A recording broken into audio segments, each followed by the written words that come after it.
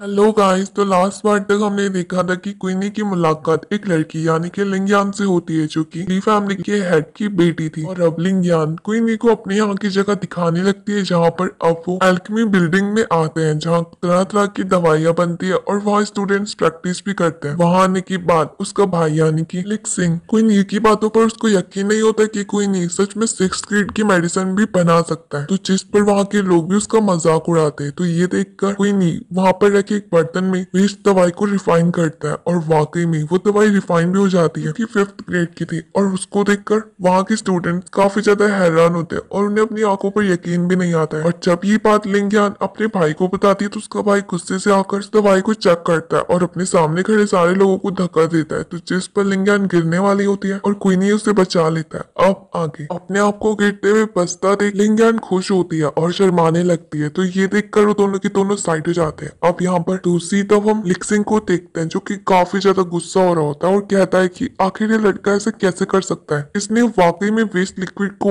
एक 5th grade की medicine में बदल दिया। पक्का ये कोई कोइंसिडेंस होगा क्योंकि ऐसा कभी नहीं हो सकता है। तो जिस पर विनी कहता है कि क्या तुम्हें मेरी स्किल्स पर शक हो रहा है, ये तो बस कुछ बेसिक स्ट्रीम्स थी और अगर मैं और एंशिएंट बुक्स और उसके टेक्स्ट को पढ़ूंगा तो मैं इससे भी आगे जा सकता हूँ। जिस पर लिक्सिंग को गुस्सा आ रहा होता है और वो कहता है कि ये चीज तो पॉसिबल ही नहीं है, आखिर ऐसी टेक्निक वाली बुक इसे क्यों मिली, मुझे क्यों नहीं मिली कभी, आखिर इस बंदे के पास वो एंशिएंट बुक आई कहाँ से। दूसरी तरफ हम लिंगयान को देखते हैं जो कि सोच रही होती है कि मास्टर रैंडुई ने कहा था कि ये टेक्निक काफी ज्यादा रेयर होती है और इसे करने के लिए स्पिरिचुअल पावर्स भी यूज होती है। और वाकई में क्वीनी भी ने भी यही करा, उस वेस्ट मेडिसिन को एक प्योर मेडिसिन में बदल दिया। मुझे यकीन नहीं हो रहा कि वाकई में उसने ही करा। दूसरी तरफ क्वीनी वहां से चुपचाप जाने लगता है तो उसको देखकर लिंगयान भी उसका पीछा करने लगती है। अब जब क्वीनी उसे देखता है तो वो रुक जाता है और उससे कहता है कि आखिर तुम मेरा पीछा क्यों कर रही हो, कहीं ऐसा तो नहीं कि तुम्हें अपनी गलतियों पे पछतावा हो रहा है कि मैं झूठ नहीं बोल रहा था। तो जिस पर लिंगयान उससे कहती है कि हाँ तुमने झूठ बोला कि तुम मास्टर बोलने के लायक नहीं हो, आखिर अपना इतना बड़ा हिडन टैलेंट छुपाते हुए। तो जिस पर कोई नहीं कहता है कि तुम भी अपने भाई की तरह ही हो, उसे भी यही लगता है कि ये सिर्फ एक कोइंसिडेंस है और अगर तुम दोनों खुश हो तो खुश रहो। और ये कहकर वो वहां से जाने लगता है। तो जिस पर लिंगयान कुछ सोचती है और फिर से क्वीनी के पास आ जाती है और उससे कहती है कि मास्टर नहीं, भले ही आप कुछ दिनों के लिए रहने के लिए आए हो पर तब तक तुम हमारी फैमिली कहलाओगे। और हाँ, अगर तुम्हें जो भी हेल्प चाहिए होगी तो तुम मुझसे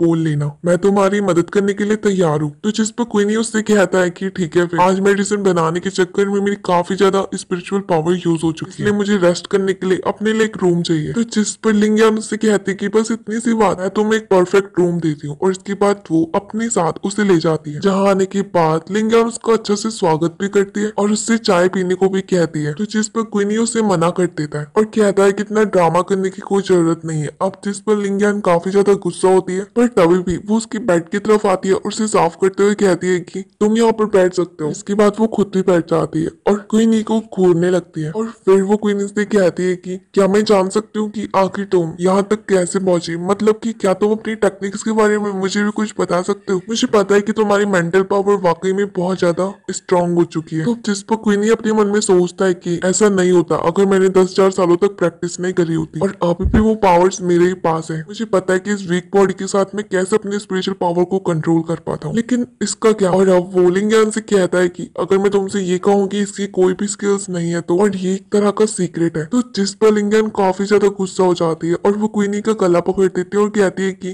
क्या तुम्हें ये सब कुछ मजाक लगता है, मैं एक घंटे से तुम्हारी सेवा करने पे लगी हुई हूँ और अब आकर तुम मुझसे ऐसा कहते हो, क्या तुम्हें सच में लगता है कि मैं पागल हूँ। चुपचाप बता दो कि तुमने क्या सीखा था। और जब वो आपस में फाइट कर रहे होते कि तभी बाईवान भी वहां पर आ जाती है और उससे कहती है कि क्या तुम अंदर हो। और उन दोनों को वहां देखकर वो काफी ज्यादा हैरान होती है क्योंकि क्वीनी ने उसका हाथ पकड़ा हुआ था। तो ये देखकर लिंगयान उसे दूर धक्का देती है और यहाँ ये देखकर बाईवान भी काफी ज्यादा गुस्सा हो जाती है और क्वीनी से कहती है कि तुम्हें यहाँ आए हुए एक भी दिन नहीं हुआ और तुम ली फैमिली की लड़कियों को छेड़ने लगे हो। और इसके बाद वो क्वीनी की नाक खींचने लगती है। तो जिस पर क्वीनी उससे कहता है कि तुम्हें गलतफहमी हुई है, ऐसा कुछ भी नहीं हुआ, अगर तुम्हें यकीन नहीं हो रहा तो तुम खुद लिंगयान से पूछ लो। तो जिस पर लिंगयान कहती है कि हाँ ये मुझे बुली कर रहा था। तो इस बात पर बाईवान को गुस्सा आ जाती है और वो उसे खींच के थप्पड़ मार देती है। तो उसी तब हम लिन ई यानी कि उसी बंदे की फादर को देखते हैं जिससे कि क्वीनी ने मारा था। लिन ई के फादर के पास एक मैसेंजर आता है और वो उन्हें बताता है कि आपके बेटे मारे गए और उनकी डेड बॉडी हमें युक्सी सिटी के पोस्ट हाउस के अंदर मिली। और रही बात लिन आओतियान और उसकी फैमिली की, तो वो